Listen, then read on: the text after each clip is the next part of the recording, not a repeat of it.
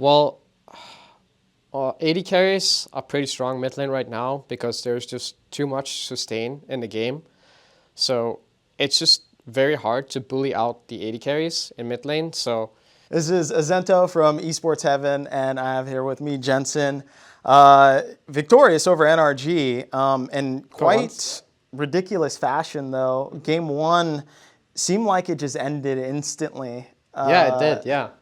What can you tell me about like just the whole process of that game one? Because it seemed like NRG actually had the better of you guys during the laning phase, right?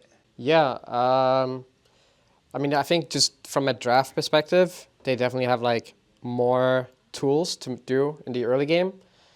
And unfortunately, like we also messed up, so we ended up losing harder than we should have. And I think we just kind of played our lane phases like not the best, so then the game became even harder.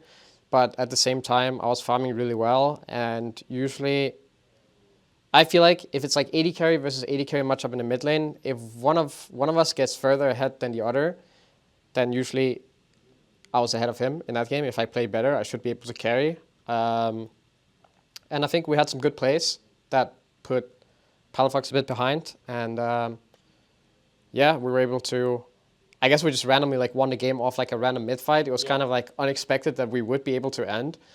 So I guess it felt like we kind of should have lost based on like us not playing well in the early game, but then we came back with some good plays and just randomly won a fight that just resulted in the game just ending out of nowhere.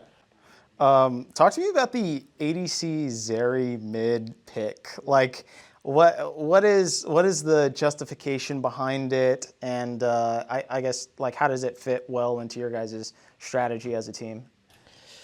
Well, AD carries are pretty strong mid lane right now because there's just too much sustain in the game. So it's just very hard to bully out the AD carries in mid lane. So yeah, I mean, I went for the Seri this time around, which is a bit of a weaker pick, especially in lane, but it scales really well. And if you play team fights well, then it's a very strong pick. So I feel like it's a champ that kind of fits me well because I like playing a champion. Like if I just lose gracefully or like play well enough, then I can carry once we come mid and late game. So I feel like it's a champion that kind of fits me well. Yeah, I would actually say so too. Like when I saw you picking, Zeri, I thought, okay, actually, I've never thought about it, but this kind of fits Jensen's style overall as a player. Because, I mean, with control mages too, I guess the big difference between a control mage and an ADC is that usually, typically, control mages have some form of zone control or ability to like control areas of the map. But at the same time, you're incredibly squishy. You're supposed to survive till late game to do tons of damage. Talk to me about the mindset that you have to get into when playing an ADC pick in mid lane.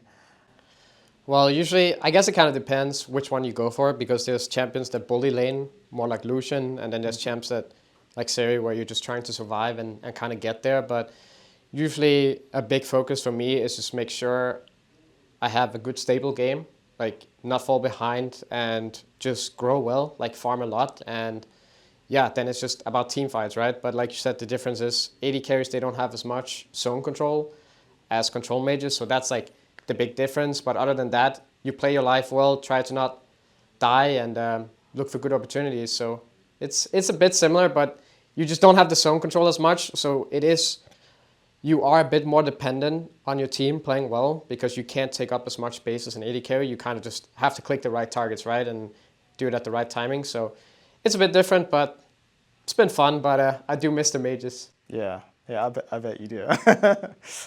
So, speaking of Dig as a whole, clearly you guys have been on the downtrend for Yeah. quite a while. This win has got to feel good, in and of itself. But what is going on with Dig? Like, I expected this team to do very well at the very beginning. I actually even power ranked you guys at the very top, I think. So, what exactly is wrong with Dignitas? Well, I thought in the beginning we were actually doing okay. We were a new team, so we were bound to be a bit shaky, especially against the better teams. And our schedule was pretty much just the toughest you could imagine. We played all the best teams in the beginning. And honestly, we should have won some of them, or like they were very close at least. If we had had a bit more time together, we would have probably won those. But then obviously when we played against Shopify, we ended up losing in a pretty horrible manner. I didn't play very well. So it's understandable that people were like, wow, this Dig roster is shit, right? But the reality is we actually had some pretty good matches with the top teams, but we're just a bit shaky. Yeah, I mean, we're a new team in Summer Split. Other teams have played together for a while already. Sure. That's a good point. So there's bound to be some shakiness there. But I think, yeah, I mean, Shopify loss was pretty bad. But honestly, I think they are better than their record indicates. And I just had a really bad day. So I still think we're like somewhere in the middle of the pack. We can challenge the top teams, but we're not exactly there right now. But hopefully we can make it to playoffs and have a good run there. But yeah, right now we're definitely not the best. So I've been hearing too from different smatterings, different interviews and podcasts that you guys aren't also doing that well in scrims. How is the whole scrim, call it, ecosystem going in the background? Yeah, I mean, we've had some rough games. We usually do well against the bottom teams, and then we struggle a bit against the better teams. But I think, I feel like some of our players have maybe had like some confidence issues because we've been like losing a lot and having rough games. So I mean, it's bound to happen to some people, right? Especially when you're just losing and losing and losing, and yeah. But I do think like if we can really get it together, we will be a better team. But yeah, it's true. Our practice has been a bit rough, but the environment and stuff is still good. So we're doing the best we can.